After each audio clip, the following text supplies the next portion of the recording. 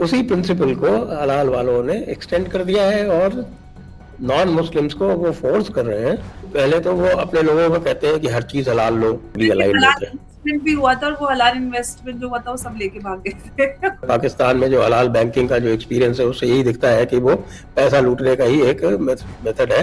तो ईमान वालों के पैसा लूटने में कोई हर्ज नहीं है, ऐसा लगता है। जय हिंद, नमस्कार। मैं अंबर जैदी स्वागत करती हूँ आप सबका एक बार फिर से हमारे आज के खास कार्यक्रम में। और आज के कार्यक्रम में हमारे साथ खास मेहमान जुड़े हैं संजय दीक्षित जी, जिनसे हम बात करेंगे हलाल इकोनॉमी पर, क्योंकि सुप्रीम कोर्ट में इस पर सुनवाई चल रही है। सॉलिसिटर जनरल तुषार मेहता ने कई सारे अहम बिंदु रखे हैं जिस पर चर्चा करेंगे। सबसे पहले संजय जी का बहुत बहुत स्वागत। जय हिंद, नमस्कार। धन्यवाद आपको, धन्यवाद मुझे बुलाने के लिए। धन्यवाद संजय जी, आपने हमारे लिए समय निकाला। और एक बहुत ही अहम मुद्दा जो योगी सरकार ने नवंबर 20 नवंबर इनफैक्ट कहना चाहिए 2023 में कई सारी शिकायतों के आधार पर जो हलाल सर्टिफिकेशन था उस पर बैन लगाया था। और अब सुनवाई सुप्रीम कोर्ट में चल रही है, जहां पर सॉलिसिटर जनरल तुषार मेहता ने कहा है कि सरिया से लेकर सीमेंट, नमकीन, बिस्किट, बेसन, इन सबको भी हलाल सर्टिफिकेशन किया जा रहा है। और इसमें सबसे अहम बात यह है कि जो सरकार की जो भी बॉडीज हैं वो इस पर कोई सर्टिफिकेशन, क्योंकि कोई भी खाने पीने का हम कारोबार करते हैं तो उसमें एफएसएसएआई का सर्टिफिकेट लगता है। लेकिन यहाँ पर जो निजी कंपनियां हैं वो सर्टिफिकेशन देती हैं उत्तर प्रदेश में, जैसे कि हम सब जानते हैं कि कौन कौन इस तरह का कारोबार चल रहा है। भारत में 8 लाख से करोड़ से भी ज्यादा का ये इकोनॉमी है।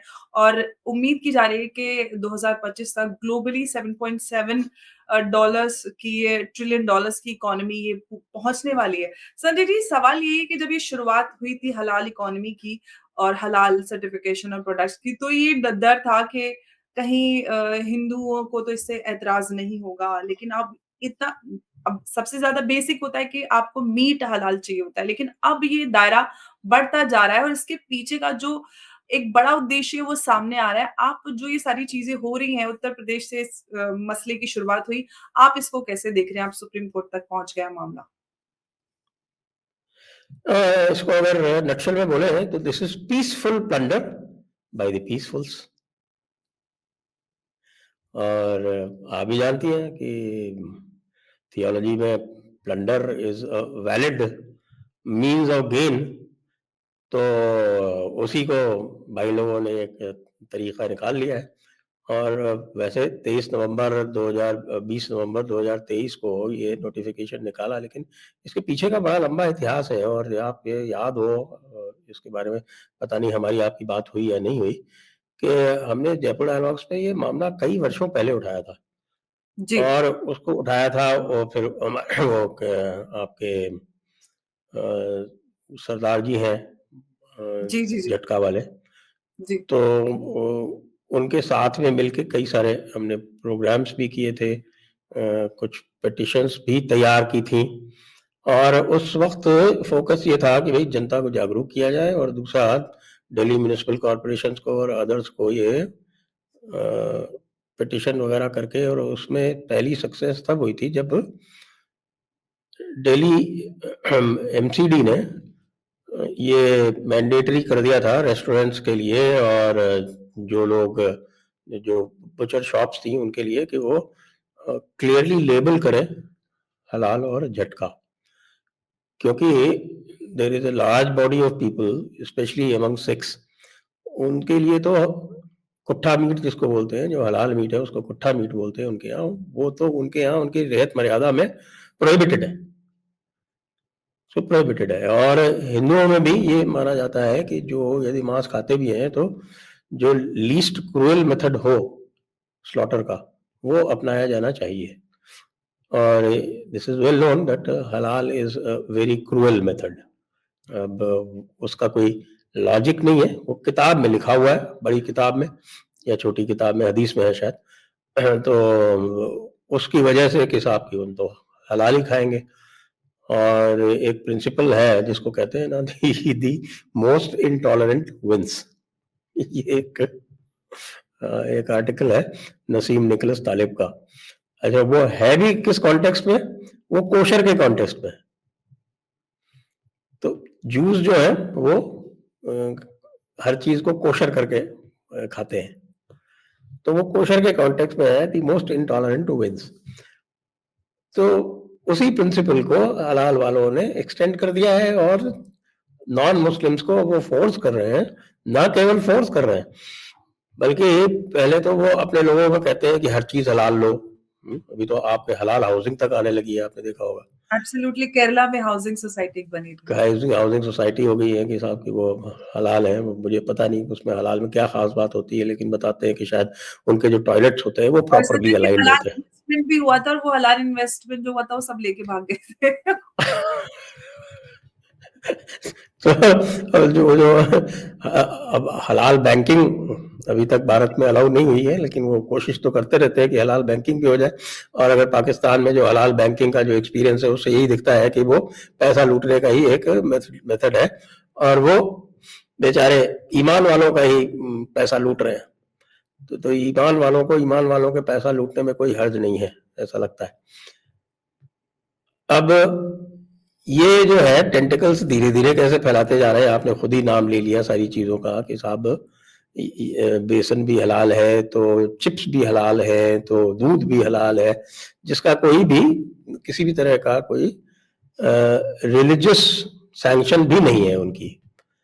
अगर इस्लामिक रिलीजियस सैंक्शन के लिए भी जाएं तो उनकी रिलीजियस सैंक्शन भी नहीं है। तो इसलिए ये it is nothing but a game of deception according to me, और गेम ऑफ गेटिंग रिच। और कई तरह की बॉडीज बन गई हैं जिनका कोई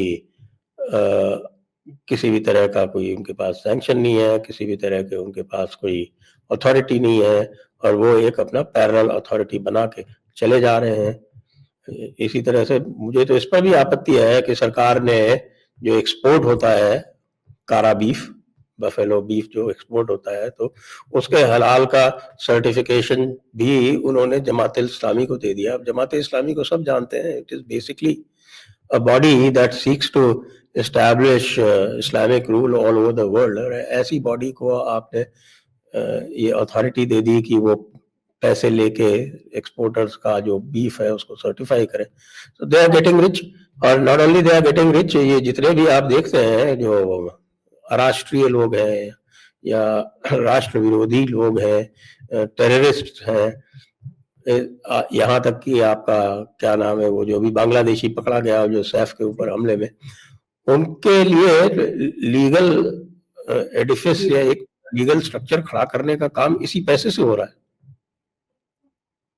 बिल्कुल। क्योंकि अगर देखा जाए तो इस पैसे को ज़कात के अलावा और किसी में काम नहीं ले सकते, लेकिन यही वाली बात है कि साहब की मीठा मीठा गप और कड़वा कड़वा थू।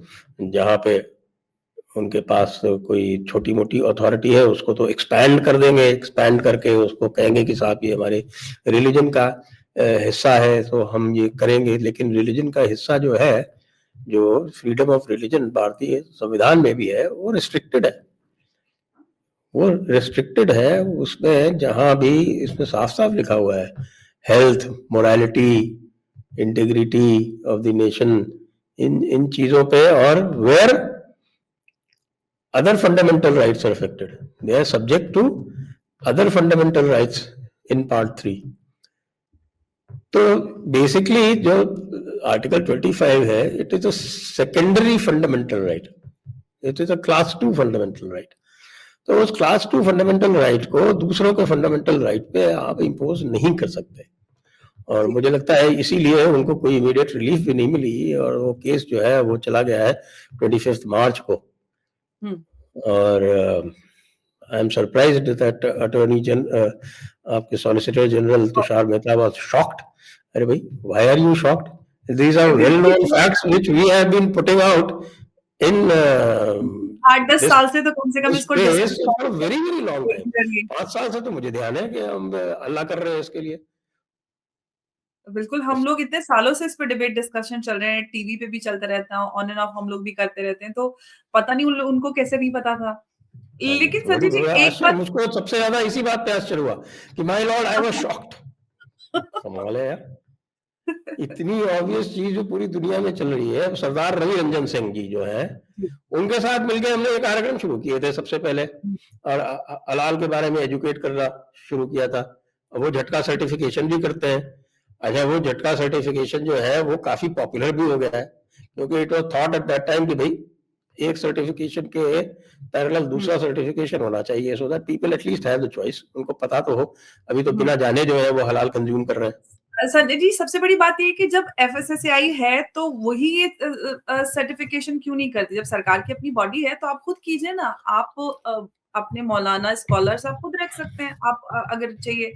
आप जमीयत उलमा-ए-हिंद को क्यों आप इतना स्ट्रेंथन कर रहे हैं फाइनेंशियली, जो भारत विरोधी गतिविधियों में है? और सबसे बड़ा सवाल ये है कि अब जबकि लोगों के पास ऑप्शन है, अवेयरनेस है, जो लोग अब जिनको फोर्सफुली आप हलाल प्रोडक्ट खाने के लिए मजबूर कर रहे थे कि आपको हलाल मीट या और भी हलाल प्रोडक्ट, अब हर जगह ऑप्शंस अवेलेबल हैं कि आप झटका मीट के और जो कुछ भी आपको खाना है, आप खा सकते हैं। तो ऐसे में आपको क्या लगता है, what is the way forward और इनका क्या होने वाला है अब आगे? जो ये सर्टिफिकेशन नहीं, जो ये अच्छा हुआ ये चले गए, क्योंकि इसके बारे में पब्लिसिटी होगी तो people at large will come to know. बहुत कुछ तो इसके ऊपर चर्चा हुई है 2-3 साल पहले, last 2 years I think, after MCD ने वो कर दिया, और 1-2 जगहों पे फिर ये थोड़ी बहुत फैलने लगी, फिर ये यूपी गवर्नमेंट ने ये नोटिफिकेशन कर दिया, तो उसके बाद अवेयरनेस तो काफी वैसे भी आई है। और अब कंपनीज भी जो है वो भी जो है वो थोड़ी सी सावधान हो गई हैं, और वो भी जो है इन लोगों के चक्कर में इतना नहीं पड़ रही जितना पहले पड़ रहे थे। लेकिन बीच में तो साहब ये हो गया था, जिस वक्त हम लोगों ने शुरू किया था, कि ये लोग आगे धमकी दिया करते थे दुकानदारों को कि तुम अगर ये नहीं रखोगे तो हम अपने सबको कह देंगे किसी से जो तुम्हारे यहाँ से सामान नहीं खरीदे। तो ये तो सीधा सीधा ब्लैकमेल है, एक्सटॉर्शन है, डिसेप्शन है। इसमें तो बहुत सारी धाराएं जो है वो लग जाएंगी, और लगनी चाहिए, तभी तो ये इसमें 2 अलग-अलग केस हैं। ये भी आर्ग्यू हुआ था कि भाई ये किस चीज के खिलाफ आए हैं, ये 2 केसेस को एक साथ क्लब नहीं कर सकते। अगर इनको एफआईआर क्वाश करानी है तो ये 482 में जाए, और वो हाई कोर्ट का जुरिस्डिक्शन है, पहले हाई कोर्ट में जाए वहां पे। और अगर इनको नोटिफिकेशन क्वाश कराना है, उसके लिए अगर सुप्रीम कोर्ट में आए हैं तो वो भी देखना पड़ेगा कि भाई is the supreme court the first call for relief. आजकल तो जो नए चीफ जस्टिस आए हैं तो वो तो काफी स्ट्रिक्ट हो रहे हैं, कह रहे हैं कि आपको हाईकोर्ट जाना चाहिए पहले। हालांकि कुछ सिलेक्ट लोगों की जो है वो पिटिशन जो है एंटरटेन हो जाती है अभी भी। जब उन्होंने शुरू में कहा था कि हाईकोर्ट जाइए सभी को, तब हमें लगा था कि हाईकोर्ट नहीं जाएंगे, लेकिन कुछ सिलेक्ट लोग अभी भी वो एडवांटेज ले लेते हैं। अब ये आर्टिकल 32 का कैसे डायरेक्ट सुप्रीम कोर्ट में जाने का मतलब है you can go only for violation of fundamental rights under article 32। अब ये कैसे 32 का भाई ये मैटर बन गया? खैर, अभी तो आर्ग्यूमेंट्स हो रहे हैं, तो ये रिट पिटिशन एंटरटेन होगी या नहीं होगी, या एट द थ्रेशोल्ड खारिज होगी या मेरिट पे होगी, क्या होगा ये तो सब आगे की बात है। मगर ये जरूर है कि भाई अच्छा किया, मैं तो कहता हूँ ये अच्छा किया। और सॉरी, मैंने बीच में शायद जमाते इस्लामी बोल दिया था, जमीयतुल उलमा हिंद है जो अथॉरिटी है डेजिग्नेटेड। ये इसके आपके एपेडा ने इसको रिकॉग्नाइज कर रखा है for the purpose of export of कारा बीफ। तो डेफिनेटली लोगों को अब और जानकारी होगी। अब आपने आज डिस्कशन किया है, और लोग भी अब डिस्कशन करेंगे। ये डिस्कशन शायद नहीं होता अगर ये लोग सुप्रीम कोर्ट नहीं गए होते। बिल्कुल। संजय जी, एक सवाल ये है कि जो हमारी food safety and standard authority of India है, जो संस्था है, उसके मानकों को ना मानकर आप कोर्ट पहुंची हैं, और अब अगर आगे फैसला कोर्ट में आता है सरकार के हक में, तो फिर क्या होने वाला है? ये सरकार के फैसले को, कोर्ट के फैसले को मानेंगे, या फिर कुछ और हमें देखने के लिए नज़ारे मिलेंगे शहरों में, नहीं, भारत यूपी में तो कुछ नहीं करेंगे, ये पक्की बात है। मैं गारंटी से लिख के दे सकता हूँ आपको। यूपी में तो ये बिल्कुल कतई कुछ नहीं करेंगे, और बल्कि हो सकता है कुछ लोग बाग जो है वो देवबंद से योगी जी के पक्ष में फतवे भी जारी कर दें। आजकल तो वहाँ स्थिति ये है। तो वही वाली बात है, वो जो पुरानी कहावत है ना कि साहब की लातों के भूत बातों से नहीं मानते, वो बिल्कुल साफ साफ ये दिख रहा है। आप सोच सकते हैं ये लोग, इन लोगों के कितने हौसले बढ़े हुए थे आज से 5 साल पहले तक, ये किसी को कुछ मानते थे क्या? ये किसी सरकार को कुछ मानते थे क्या? एफएसएसएआई तो उनके हिसाब से कुछ एग्जिस्ट ही नहीं करती है, उसकी क्या एग्जिस्टेंस है एफएसएसएआई की? उसका कोई मतलब ही नहीं है साहब। हम कुछ भी बेचेंगे, हम नाम भी नहीं बताएंगे, हम कागज भी नहीं दिखाएंगे। तो सब लोग कागज दिखा रहे हैं, सब लोग नाम लगा रहे हैं, और नाम लगाने वाला भी रूल्स में जो एफएसआई के रूल्स हैं उसका भी वहां पे यूपी में कर दिया गया। अभी तक उसको तो चैलेंज नहीं किया किसी ने। जब कावड़ यात्रा के समय नाम लिखने के लिए बोला गया था, तब तो इन्होंने बड़े हो हल्ले और मातम मचाया था कि ये कैसे हो सकता है, आप कैसे नाम पूछ सकते हैं, ये तो गलत है। बहुत ज़्यादा रिएक्शन आया था। लेकिन हलाल को लेकर कभी किसी का कोई वो नहीं आता कि भई आप ज़बरदस्ती कैसे किसी से आप हलाल प्रोडक्ट कंज़्यूम करवा सकते हैं, या आप एक इस तरह का एक पैरेलल सिस्टम कैसे, एक पैरेलल इकोनॉमी इनफैक्ट कहना चाहिए, आप चला सकते हैं। नहीं, वो तो हर काम वो करते हैं जो कानून में मना है। आप जी। जानती हैं कि मस्जिदों और मदरसों में क्या पढ़ाया जाता है? कह के भाई ये तो काफिरों का कानून है, ये हमारे ऊपर लागू नहीं होता है। ये सब बच्चों को पढ़ाया जाता है पहले दिन से। अब वो बड़े बच्चे जो हैं वो कहते हैं कि साहब मदरसों में 4% बच्चे पढ़ते हैं। तो ये सवाल शायद मेरे ख्याल से आरिफ मोहम्मद खान साहब को भी पूछा गया था, तब उन्होंने यही कहा था ना कि भले वो 4% पढ़ते हो, लेकिन आपकी मस्जिद कमेटियों के मेंबर सारे यही होते हैं। और फिर मस्जिदों में जो खुतबे जो है वो इनकी सलाह से या इनकी परमिशन से चलते हैं, जो कि नहीं होना चाहिए मेरे ख्याल से। हाँ, अभी यूपी वक्फ बोर्ड ने एक सारी मस्जिदों को एक जारी किया है फरमान। हालांकि वो यूपी सेंट्रल सुन्नी वक्फ बोर्ड के जो जुफर फारूकी साहब हैं वो सुना गायब है। उनकी संपत्ति की जांच वाच की बात चलने लगी थी, तब से वो गायब है, मिल नहीं रहा। लेकिन बीच में उन्होंने एक ऑर्डर जारी करवाया था कि साहब की कोई भी मस्जिद, कोई भी आपका खुतबा जो है जुम्मे वाला, वो बिना अप्रूवल के, जो अप्रूव्ड टेक्स्ट नहीं होगा, और वो अप्रूव्ड टेक्स्ट वो सर्कुलेट करेंगे कि साहब ये खुतबे पढ़े जा सकते हैं, उसके अलावा नहीं पढ़ेंगे। तो ये तो मुझे याद आ गई, मैंने कहा यार ये क्या हो गया? ये तो मतलब ये अधिकार तो सिर्फ खलीफा का है या आपके राजा का हुआ करता था, सुल्तान का, जैसे सऊदी अरब में है या जी। फिर अमीरात में है, तो वहां पर ये सिस्टम है। तो यहाँ पर भी हो गया, यानी योगी जी खलीफा बन गए।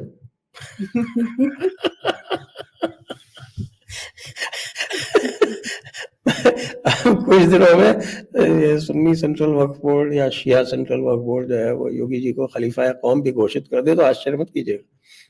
नहीं, नहीं, मुझे कोई आश्चर्य नहीं होगा।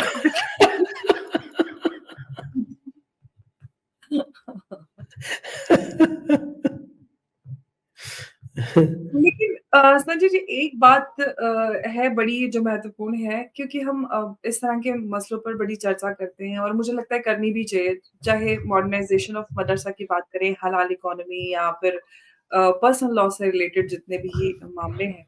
सबसे अहम आता है इन सब के पीछे की जो मूल कारण है, वो ये है कि जो हमें शिक्षा दी जाती है मुसलमान बच्चों को मदरसों में, या फिर जो बहुत सारे बच्चे होते हैं घर पे ही उनको मौलाना पढ़ाने के लिए आते हैं। आप मदरसे जाएँ, ना जाएँ, मकतब में जाएँ या फिर घर पे मौलाना बुलाएँ। जो बेसिक सीख सिखाई जाती है, सबको वही सिखाई जाती है। सवाल ये है कि इतने वर्षों से ये सरकारों तो ने आप बताइए ना क्या सिखाई जाती है? आपको कोई मौलाना पढ़ाने आते थे क्या? जी बिल्कुल, सबको वो सभी को पढ़ाते हैं। मैं मौलाना नहीं, एक मुल्लानी होती थी, उनसे पढ़ती थी, लेडी थी, उनसे पढ़ाई पढ़ती थी। अच्छा, तो वो तो यही पढ़ाती होंगी ना कि साहब की जन्नत सिर्फ तुम जा सकते हो, काफिर तो जा नहीं सकता, काफिर तो। इतना इतना नहीं पढ़ पाई मैंने, सिर्फ कुरान ही पढ़ा तो। ये तो स्टैंडर्ड है ना, हाँ, वो शुरुआत मैं ही यहीं से होती है कि भाई यू आर प्रिविलेज्ड, हाँ, वो जन्नत तो है केवल बेसिक, तुम्हारा ये अधिकार है, बेसिक काफिर का ओपनली, नहीं है। जी बिल्कुल, ये तो बहुत ओपनली कॉमन बात है जो मतलब डे टू डे लाइफ में सब लोग बोलते हैं कि आप जन्नत जाएँगे, काफ़िरों को तो दुनिया में ही जन्नत मिलेगी, और हाँ, आफ्टर लाइफ एंड एवरीथिंग। चलो लेकिन कम से सवाल ये कम दुनिया में जन्नत उनको मिल तो जाएगी, आपको तो पता ही नहीं है कि कौन सी मिलेगी। कि वो गालिब ने कहा था ना, ख्याल फिर भी अच्छा है। हमको जी, मालूम है जन्नत की हकीकत, लेकिन दिल के दिल के बहलाने बहलाने का गालिब ख्याल ये भी ये अच्छा है। ख्याल बिल्कुल अच्छी बात है तो मतलब लोगों को जो आप ख्याल पढ़ा रहे हो करे कि साहब उनको दुनिया में जन्नत मिले, कि यार कम से कम वो दुनिया में जन्नत ले तो रहे हैं। एक चीज ऑब्वियस है, सामने दिख तो रही है। अब जी, आप ना तो दुनिया में ले रहे हो और आगे का कुछ पता नहीं। जी। वो है संजय ना जी, क्या कि सवाल साहब मैं के आपसे पूछती थी वो ये कि हम जो ये समाज को बाँटने वाली जो विचारधारा है, जो बच्चों में डाली जाती है, जो कहीं न कहीं हमारे देश के लिए तो बिल्कुल ठीक नहीं है, जो अगर हम एक हेल्दी फ्यूचर की बात करें और हम लोग इस तरह के डिस्कशन करते हैं, इसका मतलब ये नहीं है कि हम समाज में कोई द्वेष फैलाना चाहते हैं। मकसद इसका यही है कि जो संवैधानिक अधिकार हैं, अगर मैं आपके अधिकारों का हनन करती रहूँ, मैं ये सोचूँ कि मेरा अधिकार यही है और मैं ये ना सोचूँ कि मेरा दायरा कहाँ तक सीमित है, जो संविधान अधिकार होता है उसके साथ-साथ ज़िम्मेदारी भी आती है।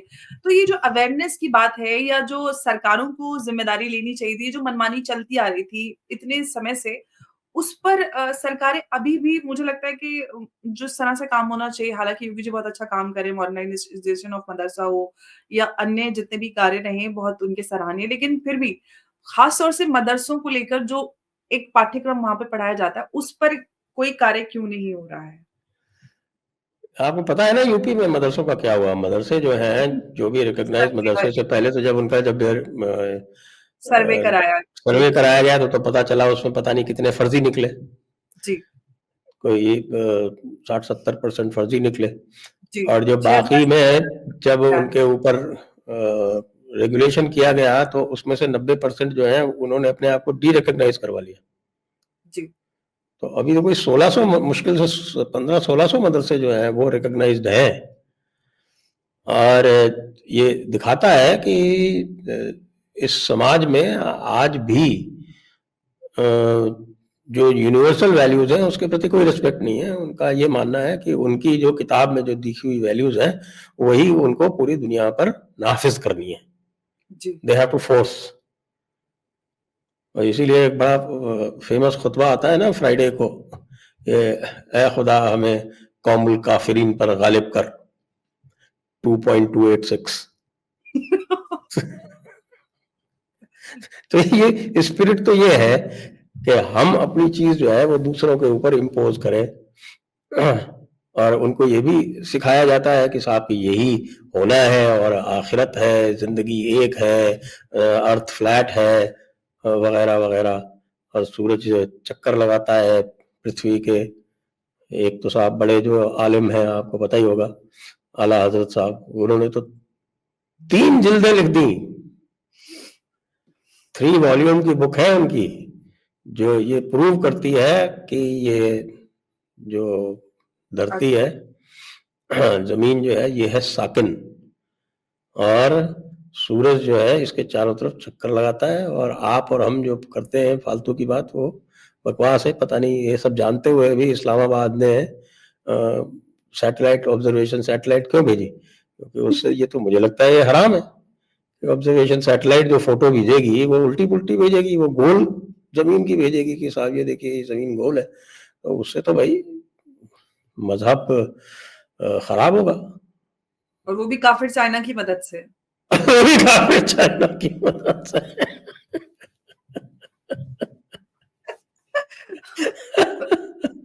वो भी काफी चाइना की मदद से। ये बात बिल्कुल सही है। मतलब एकदम घोर पाप। हाँ दोज़ख बिल्कुल, बिल्कुल बिल्कुल साहब, सारी जितनी भी है ना वो कौन सी है वो आयत, हाँ 9.120, वो कहते हैं कि साहब कि तुमको जितनी बार तुम काफिरों को हैरान करोगे, परेशान करोगे, उनको तंग करोगे, तो खुदा हर बार उतनी एक नेकी तुम्हारे अकाउंट में लिख देगा। तो ये तो उल्टा काम कर रहे हैं। हुँ, अब मैंने ये नहीं देखा कि साहब की एक जो बदी भी लिखी जाएगी कहीं पर, उसका भी हिसाब किताब तो कहीं होगा ही नहीं, कोई अकाउंटेंट रखता ही होगा। बिल्कुल। तो ये तो अपने अकाउंट में बदी लिखवा रहे हैं, गलत बात है। लेकिन अब संजय जी अब ये जो मसला जिस पे हम चर्चा कर रहे थे, अब आपको क्या लगता है कि इसका अंत क्या होने वाला है? कैसे ये लोग जो एक पैरेलल इकोनॉमी बना के बैठे हुए हैं, किस तरह से इस पूरे चेंज को क्योंकि अब देखिए जो बदलाव आ रहे हैं, लोगों में अवेयरनेस है, लोग सवाल उठा रहे हैं, तो कोई एक्सेप्ट तो करेगा नहीं इस सारी चीज़ को। तो आपको क्या लगता है कि what is the way forward और क्या होने वाला है अब आगे इस पूरे इन सारे मसलों को लेकर, नॉट ओनली हलाल इकोनॉमी?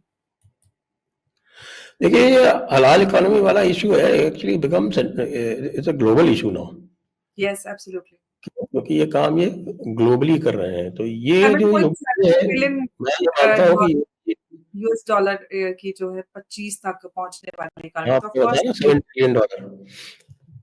तो अच्छा, ये सारा का सारा इसका मेजर जो पार्ट है, जो पर्सनल एनरिचमेंट के अलावा जो मेजर पार्ट है, वो जिहाद में यूज आता है। जी। तो अगर आपको ग्लोबल जिहाद को वीकन करना है, तो ये एक उसका बहुत बड़ा सोर्स है, इसको आपको ड्राई अप करना ही पड़ेगा। अब वो ड्राई अप इंडिया में, भारत में हो सकता है, यूएस में हो सकता है इस वक्त ट्रंप के कारण। यूरोप में मेरे को डाउट है, क्योंकि यूरोपियंस जो हैं इस समय भारी कंफ्यूजन में हैं, और वो पूरा का पूरा जो लेफ्टिस्ट नैरेटिव जो उनको बर्बाद करने के लिए कार्ल मार्क्स ने शुरू किया था, उसी को अलग अलग फॉर्म्स में जो है उन्होंने डाइजेस्ट इतना कर दिया है कि अब वो उसके बाहर वो निकल नहीं पा रहे हैं। हम्म। तो Europe will take some time, क्योंकि मुझे लगता है कि there will come a day, जो कहा था अब्दुल्ला बिन जायद ने, ये जो अभी प्रेजेंट अमीरात के जो शहंशाह हैं, उनके जो भाई हैं, जो फॉरेन मिनिस्टर भी हैं, पहले भी फॉरेन मिनिस्टर थे अपने पिता के टाइम पे भी, तो उन्होंने ये कहा था कि they will come a day when they will be far more radicals and terrorists coming out of Europe than from the Middle East, because of political correctness, lack of decision making, and because the Europe thinks that they know the Islam and the Middle East better than the Arabs. तो अब उस delusion का क्या, इस मामले में I have to admire Trump. वो बंदा बिल्कुल स्ट्रेट टॉक, एब्सोल्युटली। उसमें in that sense robust common sense, straight talk, उसमें मैं ट्रम्प में और योगी जी में बहुत पैरेलल्स देखता हूँ। एब्सोल्युटली। नो और filters. No beating about the bush, सीधी सी बात है, सीधे सीधे कहता है ना कि radical Islam, I will end radical इस्लाम।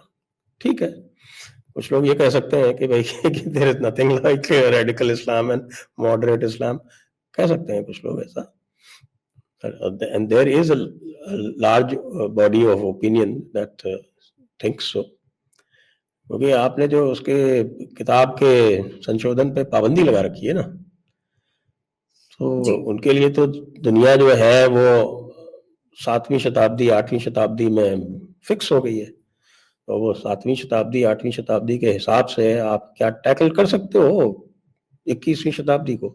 नहीं कर सकते। लेकिन वो फिक्स्ड है, तो फिर देयर इज अ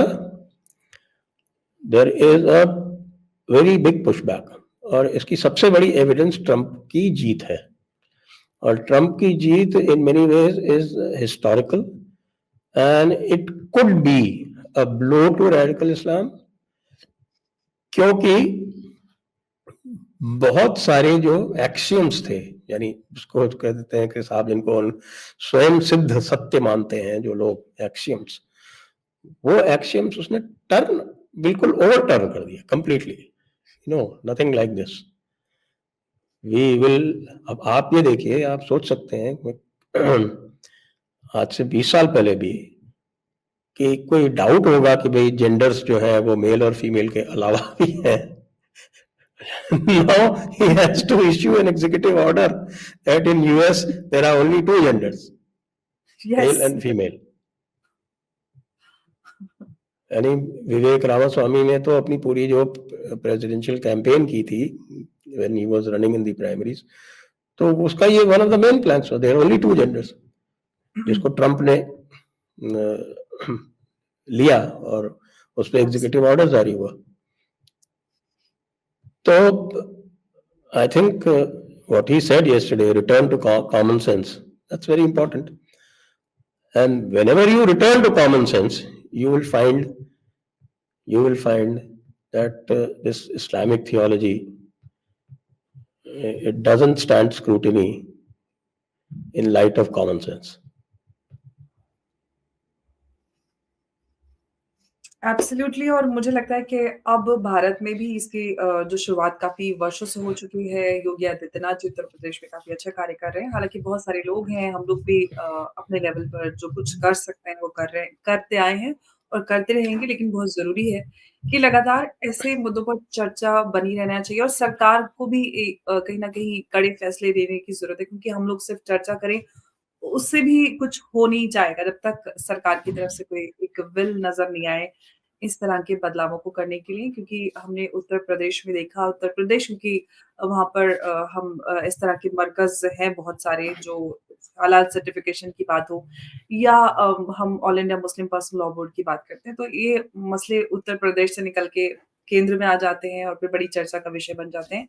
और मैं चाहती हूँ कि उत्तर प्रदेश में योगी जी बने रहें, ताकि इन सारे मसलों पर सही फैसला लेने के लिए कोई तो ऐसा मुख्यमंत्री हो जो इनको कारपेट के नीचे दबा कर ना रखे और इन सारी चीज़ों पर हमें एक राजनीति क्या कहते हैं, एकदम जो लिबरल्स वाली जो अप्रोच अभी इनफैक्ट जो आप बात कर रहे थे सैफ अली खान वाले केस की आपने बात की, उस पूरे मुद्दे पर जो एक पूरी लिबरल कौम थी कैसे कहती थी कि आप कैसे बोल सकते हैं। आप देखिए इतना बड़ा सैफ अली खान के घर में घुस के उन पर 6 वार किए और आज वो इस कंडीशन में है, तो सवाल बड़े बनते हैं। और आप एक एक एक फैक्ट है। जी, ये एक्चुअली क्या है कि जब ये जो डॉगमास है ना, ये चाहे वो कम्युनिज्म हो और जी, एब्राहमिक डॉगमास है, तो ये डॉगमास जो है दे हेट फैक्ट्स, क्योंकि वेरी ऑफन जो फैक्ट्स हैं वो बिल्कुल इनके अगेंस्ट में आते हैं। तो अब ये एक प्लेन फैक्ट है कि ये जहां भी इस्लाम का और मार्क्सिज्म का संगम हुआ है, वहां पे जो भी जीता है उसने दूसरे को खत्म किया है। जैसे सेंट्रल एशियन रिपब्लिक, उन्होंने जब वो सोवियत यूनियन के अंडर में आए तो उन्होंने इस्लाम को बिल्कुल नेस्तनाबूद कर दिया। मतलब वहां मस्जिदों में शराब खाने मजे से चलते थे, आज भी चल रहे हैं, क्योंकि जो सेंट्रल एशियन रिपब्लिक्स जो बनी वो अभी भी उसी इडियम में चल रहे हैं। वो पैराडाइम उनका वही है जो सोवियत यूनियन वाला था। They have not turned Islamists. थोड़ा फ्रीडम शायद नमाज पढ़ने की ज्यादा हो गई होगी, लेकिन उसके अलावा कुछ नहीं है। They don't let them do anything like what they are able to do in Pakistan और अफगानिस्तान। दूसरे जहां पर इस्लाम जीता है उसने मार्क्सिस्ट को खत्म कर दिया। Iran is the best example. वो पूरा का पूरा रेवोल्यूशन जो ट्रिगर किया था वो वहां की जो लेफ्टिस्ट पार्टी थी, टुडे पार्टी, उसने किया था। और जिस दिन अयातुल्लाह खुमैनी के हाथ में पावर आई, सारे टुडे पार्टी वाले सारे लैंप पोस्ट से अगले दिन लटके मिले। तो ये फैक्ट है। लेकिन उसके बाद भी समहाउ हमारे जो ड्रीमी आइड लेफ्टिस्ट हैं, उनको पता नहीं क्या लगता है कि साहब एक कौन सा रेवोल्यूशन ले आएंगे, जो कि जो आज तक again there is no evidence कि इट हैज सक्सीडेड एनीवेयर। अभी मिल्टन फ्राइडमैन का एक कोट पढ़ा था मैं, वेरी इंटरेस्टिंग। कहता है कि भाई wherever people have put equality before freedom, they have got neither equality nor freedom. And wherever they have put freedom before equality, they have got a large part of both. This is fact. This is factual. लेकिन हमारे leftist जो है उनकी जो dreams हैं वो आज भी मार्क्स और एंजल्स की ड्रीम्स हैं। By the way, they were both sons of big millionaires, they were themselves big millionaires, और उन्होंने ये चूरन चटाया लोगों को, आज तक लोग चाट रहे हैं और they getting high on that, क्योंकि उसका जो नशे का कंटेंट है वो बहुत हाई है।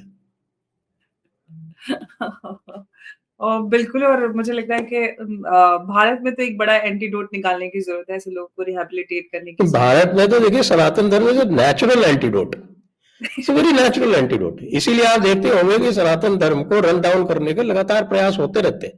क्योंकि जी, एक बात आप कुछ कहें इनके बारे में या ना कहें, इनको ये पता है कि इनको खतरा किससे है।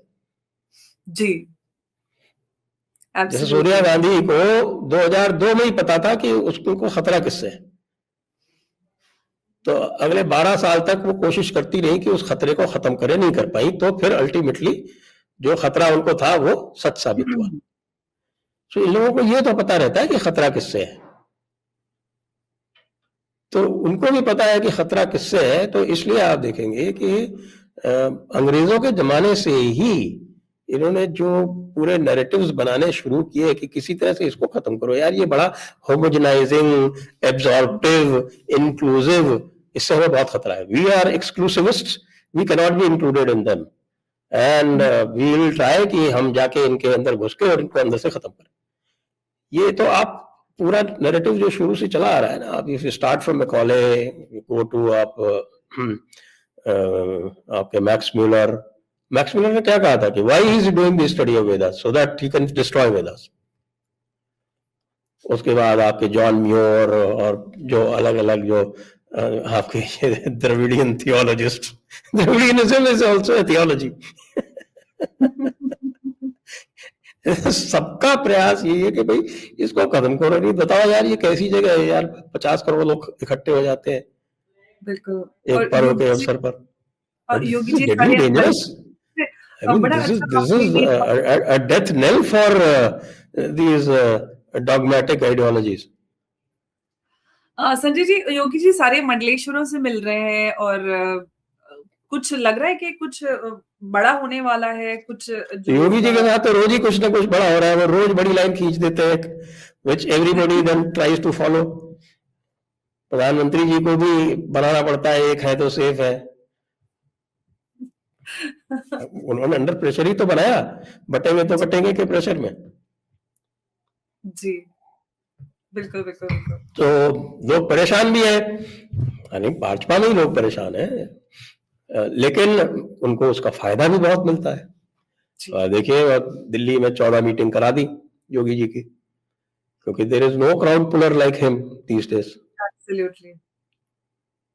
और वो इसलिए क्योंकि वो योगी जी जो है ना, वो जो अंदर है वही बाहर है, और वो हाँ, लोगों को समझ में आता है, लोगों को दिखता है ना, जो जो बोलते हैं ना एक कनेक्शन थ्रू हार्ट, वो हो जाता है। जी। बहुत सारे लोगों की जो पीड़ा थी वर्षों की, जो लोग बोल नहीं पाए थे, जिनको अल्फाज़ नहीं मिले थे, शब्द नहीं मिले थे, वो योगी आदित्यनाथ कह जाते हैं और कर जाते हैं। बहुत ही हम्म। सरल और बिना सोचे-समझे आसानी ये से बोल देखिए आप, ये जी, क्या है, बटेंगे तो कटेंगे। जी, मैंने पहले ही देख लिया था। देख लिया था ना आप? अब जी, इसको देखिए। एक है तो सेफ है। ये भी आ गया। जी, बिल्कुल और जिन लोगों को ये खरीदना है, कहाँ से मिल सकता है, बता दीजिए? तो ये तो हमारे इस पे नीचे डिस्क्रिप्शन में मिल जाएगा, अच्छा, वो जो चैनल पे हमारा मर्चेंडाइज़ मर्चेंडाइज स्टोर है उसमें, जी। मतलब हमारे जो प्रोग्राम्स है ना जयपुर डायलॉग्स के, जी, जी, उसके जी। नीचे डिस्क्रिप्शन पे मिल जाएगा। जी। तो जिन लोगों को ये मग्स या इस तरह के और भी मर्चेंडाइज़ टी-शर्ट्स भी अवेलेबल होते हैं जयपुर डायलॉग्स जी के हाँ, जी माध्यम हाँ, जी हाँ, जी हाँ। तो आप खरीद सकते हैं क्योंकि काफ़ी इंटरेस्टिंग अलग-अलग पॉपुलर कोट्स उस पर लिखे हुए होते हैं। संजय जी बहुत-बहुत धन्यवाद आज की इस चर्चा में हमारे साथ जुड़ने के लिए। जय हिंद, नमस्कार, जय भारत, जय वंदे मातरम। वंदे मातरम।